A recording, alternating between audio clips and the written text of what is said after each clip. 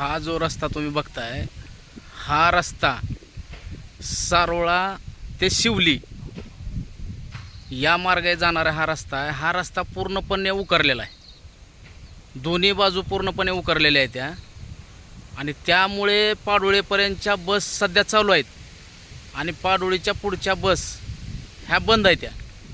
आणि ह्यामुळे सर्वसामान्य जो शेतकरी आहे, कष्टकरी आहे, ह्यांची जी मुलं सध्या शाळेला जातात, वॅकेशनला जातात, किंवा सर्वसामान्य शेतकरी आपला माल घेऊन शहरामध्ये विकण्यासाठी जातो, किंवा दुसरी काय त्यांची तहसीलची कामं असतील, सरकारी कामं असतील, या कामासाठी त्यांना खूप मोठ्या आव्हानांना सामोरं जावं लागले.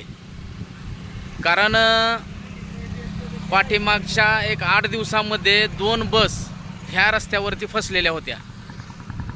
अनेक अडचणींना सामोरं जावं लागलं आहे.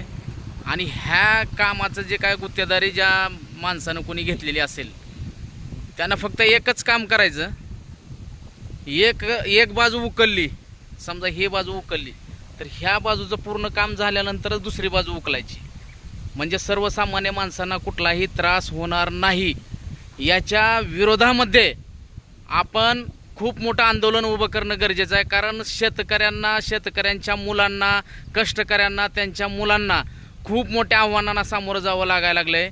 कारण आजचे विद्यार्थी म्हणजे पुढच्या देशाचं भवितव्य आहे, आणि या देशाचं भवितव्य घडवणारी लेकरच जर शिक्षणापासून वंचित होत असतील, त्यांना जाण्या येण्यासाठी जर बस मिळत नसतील, तर खूप मोठी गंभीर गोष्ट आहे, आणि ह्याचा आपण जाहीर निषेध करणं गरजेचं आहे.